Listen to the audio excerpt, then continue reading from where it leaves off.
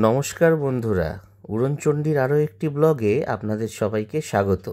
আজকে আমরা চলেছি মিরিক থেকে বিজনবাড়ির দিকে। আর পথে যেতে যেতে এরকম দৃশ্য দেখে, মেঘেদের আনাগোনা দেখে আমি একটা গান না গিয়ে কিছুতেই থাকতে পারলাম না। উড়ে চলে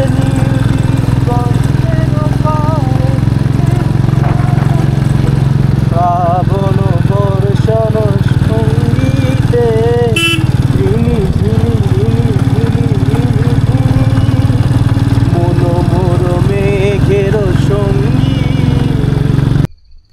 পাহাড়ি পরিবেশ একেবারেই আলাদা এক অনুভূতির জগৎ। এখানে সবুজে মোড়া পাহাড়, পাথুরে রাস্তা আর আকাশ ছুঁতে চাওয়া গাছপালা যেন প্রকৃতির নিজস্ব এক ক্যানভাস। সকালের কুয়াশা পাহাড়ের ঢালে ঢেকে থাকে, পাখিদের মিষ্টি ডাক ভোরের নীরবতা ভেঙে দেয়। ঠান্ডা হাওয়ার ছোঁয়া আর চা বাগানের সুবাস মনকে অদ্ভুত শান্তি দেয়। আমরা আমাদের যাত্রাপথে যেতে যেতে খানিক রাস্তাও হারিয়ে ফেলেছিলাম বটে, এবং তার পুরো ক্রেডিট হচ্ছে আমাদের গুগল বাবাজি। পাহাড়ে যারা রাইড করো তাদের জন্য আমি একটাই কথা বলবো, অলওয়েজ লোকাল যারা আছে তাদের সাহায্য নেওয়া উচিত। কারণ এখানে গুগলের ভরসায় আসা মানে নিজের বিপদ কিন্তু নিজেই ডেকে আনা। কারণ গুগল কিন্তু সবসময় ঠিক রাস্তা দেখায় না। তো আমরা এরকমই গুগলের ভরসায় যেতে যেতে অচেনা একটা রাস্তায় ঢুকে পড়েছিলাম, যেটা কিন্তু যাচ্ছিল কোনো এক গ্রামের দিকে। তারপরে আমরা আবার সেখান থেকে আমরা ব্যাক করে আসি।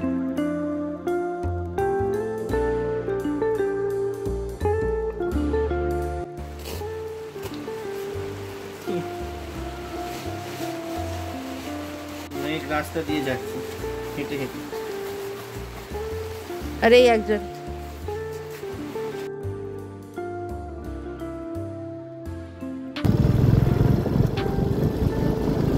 আমরা পশুপতি ফটক ক্রস করলাম, ওইটা হচ্ছে ইন্ডিয়া নেপাল বর্ডার যেটা, ঠিক আছে। ওখানে প্রচন্ড ভিড় ছিল বলে আমরা দাঁড়াতে পারিনি, প্রচন্ড জ্যাম ছিল। আর পুলিশ এখন থেকে থেকে কেস দিচ্ছে, গাড়িটাও রাখার জায়গা পায়নি, অনেকটা ঢালু রাস্তা। তো আমরা এখন মিরিক থেকে যাচ্ছিলাম বিজনবাড়ি। তো এরকম অনেক স্টল দেখতে পাচ্ছিলাম, তো এইখানটা একটু দাঁড়ালাম, কেন এখানে অনেক সবজি রয়েছে, আচার রয়েছে স্টোর করা। আর এখানে পেছনের ভিউটাও খুব সুন্দর, অনেক রকম শাক আছে। ये क्या बैगन की तरह? ये तीते भी बोलते हैं। तीते बी बैंगन की तरह, वो कल जो होम स्टे में खाए थे। हाँ, थोड़ा तीता होता है। हाँ, और ये बैंगन दुंग में इधर में ही मिलेगा। और ये वाला क्या स्क्वाश का साग है ये। हाँ, वो तो स्क्वाश है। हाँ। तो स्क्वाश का कितना भाव है? 30 रुपीस पर किलो। 30 rupees kilo. और ये दुंग इसका क्या बोला आपने? दल्ले दल्ले दल्ले बोले এটাকে। यहाँ का लोकल मिर्च खूब बहुत तीखा होता है। যারা ঝাল খাও এরকম আমরা দুটো নিয়েছি 250 করে, কিন্তু আমাদের সিস্টার বললো কি একটু ডিসকাউন্ট করে দেবে। তো তোমরা যদি এই রাস্তা দিয়ে যাও তাহলে এখানে এসে তোমরা এগুলো কিনতে পারো। फ्रेश गाजर, सिस्टर का नाम क्या है? प्रियांशु सिस्टर का दुकान। ये पशुपति फाटक क्रॉस करके सीधा आइएगा, তোমরা সোজা চলে আসবে। এই যে পাইন ট্রি এর ধারেই প্রিয়াংশু সিস্টারের দোকান। আমরা আচার নিয়েছি,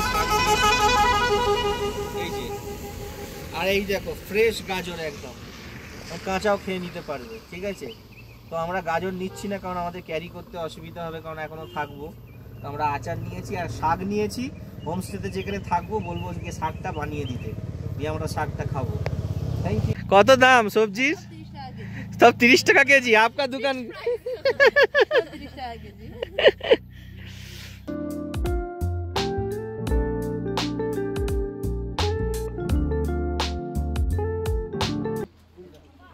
আমরা একটা রয়েছে এমন একটা অদ্ভুত দোকানে, যার অর্ধেকটা হচ্ছে নেপাল, অর্ধেকটা ইন্ডিয়াতে। এখন সীমানাতে রয়েছি, একদম 0 পয়েন্টে, নেপাল আর ইন্ডিয়ার বর্ডারের মধ্যে। এখন নিয়েছি চিকেন মোমো। আসো একটা জিনিস দেখাই, এই যে ড্রেনটা রয়েছে ওই সাইডটা হচ্ছে নেপাল, এদিকটা হচ্ছে ইন্ডিয়া, মানে এইরকমই বর্ডারটা। ওই দোকানগুলো সব নেপালের, ওই যে ওই দোকানগুলো দেখছো এগুলো সব কিন্তু নেপালের। আর মোমোটা খেয়ে নেবো, বৃষ্টিটাও হচ্ছে ঠান্ডা ঠান্ডা, আর মোমোটা খাই। তো বন্ধুরা, এই হলো সীমানা ভিউ পয়েন্ট, 0 কিলোমিটার দেখাচ্ছে বোর্ডে। তো আমরা আবার রওনা শুরু করেছি মোমো খাওয়ার পরে। রাস্তাটা কিন্তু বেশ খারাপ, মানে পাহাড়ি রাস্তা, বর্ষার সময় একটু খারাপ হয়ে যায়। বেশ খারাপ মানে বেশ খারাপ, ছবিতে অতটা বোঝা যাচ্ছে না, কিন্তু ভালোই খারাপ ছিল। ফাইনালি কিছু দেখতে পেয়েছি, নাহলে তো এতক্ষণ আমাদের প্রাণ যায় যায় অবস্থা হচ্ছিল। এই ফাইনালি এই রাস্তাতে নেমেছি। এখানে এবার ডিভিশন রয়েছে। ফাইনালি একটু ভালো রাস্তা পেয়েছি। এখানে আবার টামু হোমস্টে রয়েছে। কে বা এরকম খারাপ রাস্তা দিয়ে নেমে টামুতে যাবে?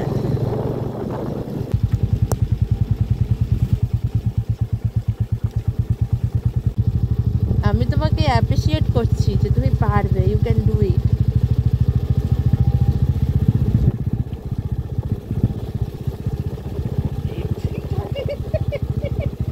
আস্তে।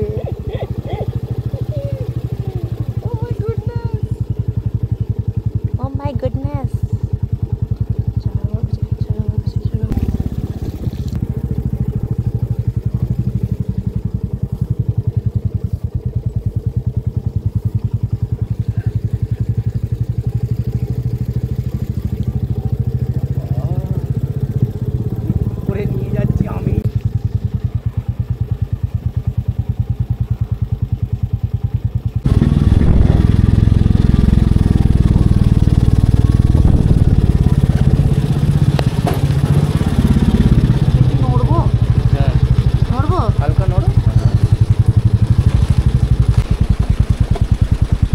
जा सकता है तो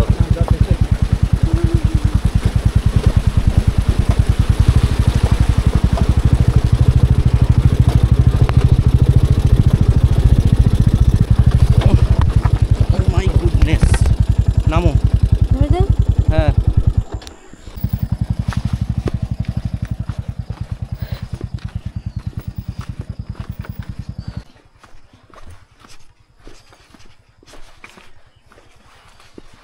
এগুলো লেমন গ্রাস, এখানে পুরো ভর্তি, এখানে লেমন গ্রাস। এই হচ্ছে পাহাড়ের পরিবেশ। রাস্তা অত্যাধিক খারাপ, তারপরেও এত সুন্দর। সব খারাপের মাঝে কিছুটা হলেও ভালো তো আছেই। আমি পুরো ভিজে গেছি, রাস্তার মধ্যে এখানে বৃষ্টি আসলো আর পুরো ভিজে গেছি। সে বেরিয়ে গেছে এই খারাপ রাস্তাটা দিয়ে, ধীরে ধীরে আমাকে নামিয়ে দিয়েছে। কারণ এখানে যা বড় বড় পাথর হয়ে রয়েছে, এর মধ্য দিয়ে একজনে যাওয়াটা খুব ডিফিকাল্ট হয়ে যেত। কোনো অসুবিধা নেই, আমি ঠিক চলে যাব ধীরে ধীরে। আর এই হচ্ছে পরিবেশ। ও, সব খারাপের মাঝেও কিছু ভালো থাকে, সেটা না দেখলেই বলা মুশকিল। অবশেষে আমরা পৌঁছে গেলাম বিজনবাড়ির কাছে, মানে প্রায় চলেই এসছি। আমাদের হোমস্টে আর বেশি দূরে নেই, ম্যাপ তাই বলছে। ভালো খারাপ দুটো রাস্তাই পেয়েছি। আর এরকম প্রাকৃতিক সৌন্দর্য যখন দেখছি তখন মনে হয় যেন কষ্টটা সার্থক হলো। এখন আমরা বিজনবাড়ি যে ব্রিজটা রয়েছে সেটা ক্রস করছি। ক্রস করে যাওয়ার পরে অবশেষে আমরা কিন্তু হোমস্টেতে চলে এসেছি। পরবর্তী ভিডিওতে আমরা দেখাবো হোমস্টেটা আমরা যেখানে ছিলাম সেটা কেমন কি। আর ব্লগটা ভালো লাগলে অবশ্যই কিন্তু সাবস্ক্রাইব আর শেয়ার করে দিও। দেখা হচ্ছে নেক্সট ব্লগে।